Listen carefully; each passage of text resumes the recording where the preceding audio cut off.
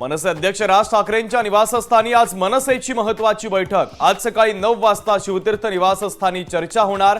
मनपा निवडणुकीच्या अनुषंगाने मनसे आता ऍक्शन मोडमध्ये।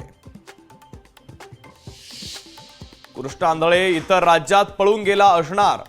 आंधळे कोकरू बाळ ते 100% पकडलं जाईल, सुरेश धस यांची प्रतिक्रिया।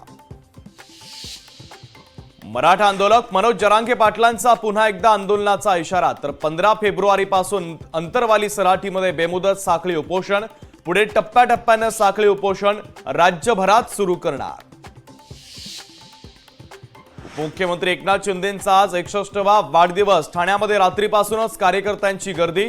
एकनाथ शिंदेंना शुभेच्छा देण्यासाठी कार्यकर्त्यांची राज्यभरातून लगबग।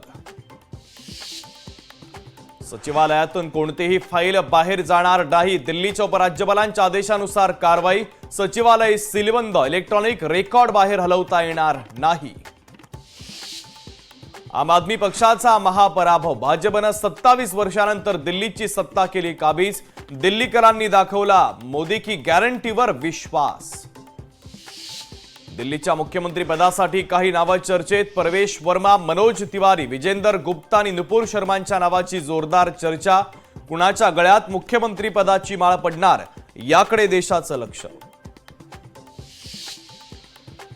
एक दशकाच्या देशापासून दिल्ली मुक्त, तर दिल्लीने शॉर्टकटच्या राजकारणाला तिलांजली दिली। पंतप्रधान नरेंद्र मोदींचा आम आदमी पक्षावर हल्लाबोल।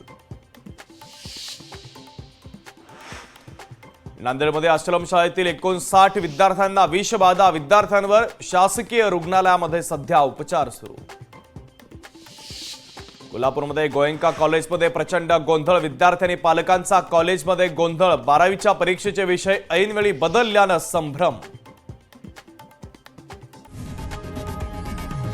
लोकशाही मराठी ऐका, पहा, जागरूक रहा।